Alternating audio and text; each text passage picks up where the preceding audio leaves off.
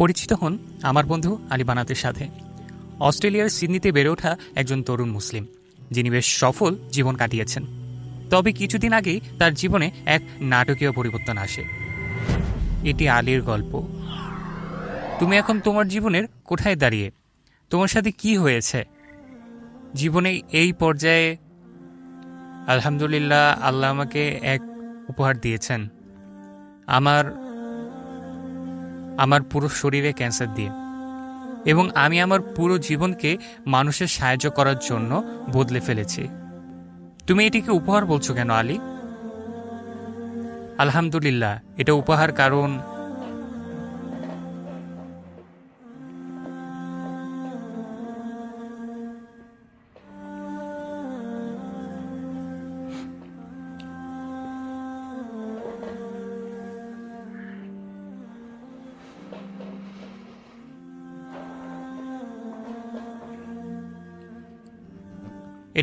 কারণ আল্লাহ আমাকে বদলানোর একটা সুযোগ দিয়েছেন।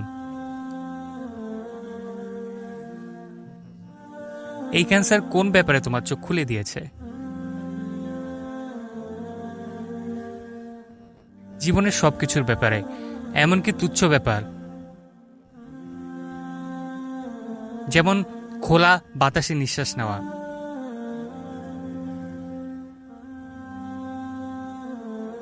তুমি কি মনে করো ব্যাপারটিকে তুমি আগে নিজের বলে মনে করতে? তুমি কতদিন যাবৎ ক্যান্সারে ভুগছ? 4 মাস ধরে। আলীর ক্যান্সার ছিল চতুর্থ স্তরের এবং তাকে বেঁচে থাকার জন্য কেবল 7 মাস সময় দেওয়া হয়েছিল। এই খবরটি জানার সাথে সাথে সে তার সফল ব্যবসাটি বিক্রি করে দেয় এবং এটি তাকে তার অগোছালো জীবনে ভাবতে বাধ্য করে। আলী, যখন তুমি জানতে পারলে তোমার ক্যান্সার হয়েছে, তখন তোমার অনুভূতি কেমন ছিল? আমি আমার গাড়িগুলো এবং ঘড়িগুলো দিয়ে দেই, এমনকি আমার জামা কাপড়গুলো, আমি সেগুলো কি বিদেশে নিয়ে যাই এবং সেখানকার অনেক মানুষকে তা দিয়ে দিই। আমি চাচ্ছিলাম একদম খালি হাতে এই দুনিয়া ছেড়ে যেতে। তার মানে তুমি এক মিশনে ছিলে, দুনিয়া থেকে মুক্তি লাভের মিশনে। আলী তার রুমে আমাদেরকে নিয়ে যাওয়ার আগ পর্যন্ত আমরা বুঝতেই পারিনি সে আসলে কত বিলাসী জীবনযাপন করছিল এবং সে কত বড় ত্যাগ স্বীকার করেছিল। এটি কি আলী, আমাকে বলো? এটা একটা ব্রেসলেট। 70 লাখ টাকা। 70 লাখ টাকা? হ্যাঁ। এই বাক্সগুলোতে কি আছে আলী? এই সবগুলো আমার জুতা। Louis Vuitton? সবগুলোই লুই ভিটন। এরকম একটা জিনিসের দাম কত হবে আলী? এগুলো সম্ভবত 1,50,000 টাকা। তুমি এটার জন্য কত দিয়েছিলে? প্রায় 80,000 টাকা। জুতার জন্য? হ্যাঁ, একজোড়া জুতার জন্য। এই সানগ্লাসগুলোর ব্যাপারটা কি আলী? আমি বিভিন্ন সানগ্লাস সংগ্রহ পছন্দ করি। আমি অনেকগুলোই দিয়ে দিয়েছি। আমি সেগুলো আফ্রিকার ভাইদের দিয়ে দিয়েছি। তার মানে তুমি বলতে চাচ্ছ এখন আফ্রিকায় একটা বাচ্চা লুই ভিটন পরে হাঁটছে? এই টুপিগুলোর একটা কি আমি পড়তে পারি? আমি মনে হয় এই ব্যাপারে 100 বার বলেছি। আপনি চাইলে লালটা পড়তে পারেন, এটা লিমিটেড এডিশন।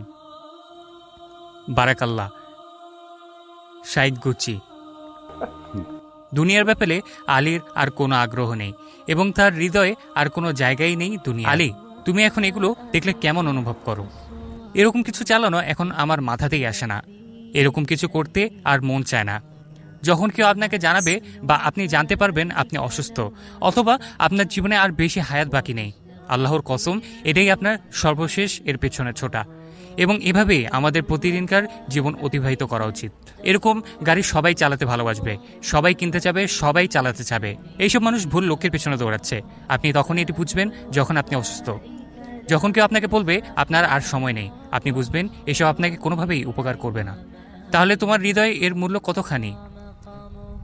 এক আফ্রিকান শিশুর খালি পা জোড়া স্যান্ডেলের যে মূল্য, এটার মূল্যও তাই।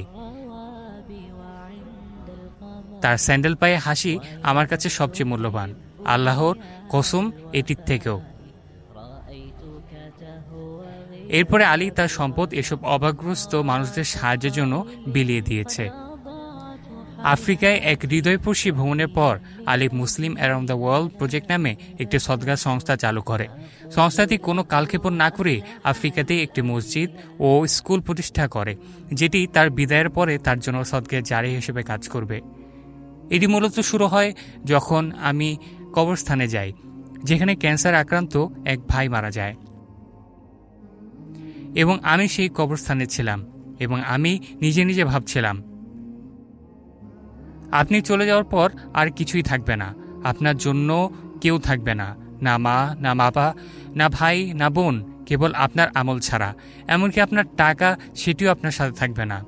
তাই সেখানে যেটি যাবে সেটি হলো একমাত্র আপনার দান, এবং সেটি শেষ পর্যন্ত আপনাকে সাহায্য করবে আপনার কবরের জীবনে এবং আপনার অন্তিম গন্তব্য পৌঁছানো পর্যন্ত।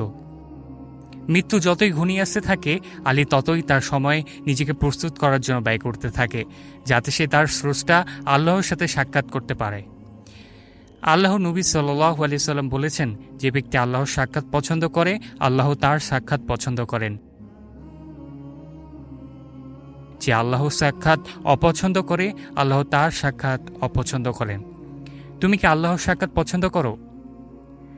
এই ক্যান্সারের কারণে আমাকে এক ভাই একটা বিশেষ ঔষধ নিতে বলে,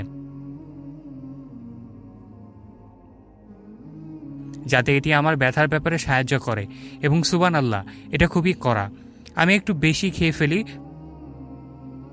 ফলে আমি সম্পূর্ণ ভিন্ন একটা জগতে চলে যাই। আমি বুঝতেই পারিনি আমি কোথায় আছি। এটা আমার জন্য অনেক কঠিন ছিল, এবং সুবহানাল্লাহ, আমি এমন কিছু দেখেছি যা আগে দেখিনি, এবং আমার পুরো পরিবারের সবাই আমার পাশে দাঁড়িয়েছিল, এবং আমি উপরে ইশারা করছিলাম ও বলছিলাম, হে আল্লাহ, আমায় নিয়ে যাও।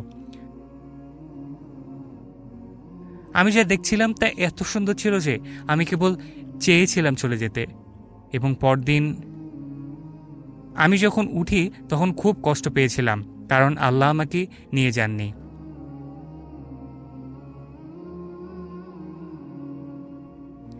আমি আল্লাহর কাছে দোয়া করি যাতে তিনি তোমাকে পবিত্র করেন, সুস্থ করেন, এবং তোমাকে আমাদের মাঝে দীর্ঘ সময় রাখেন। আল্লাহ তোমাকে পুরস্কৃত করুক এবং জান্নাতুল ফেরদাউস দান করুক।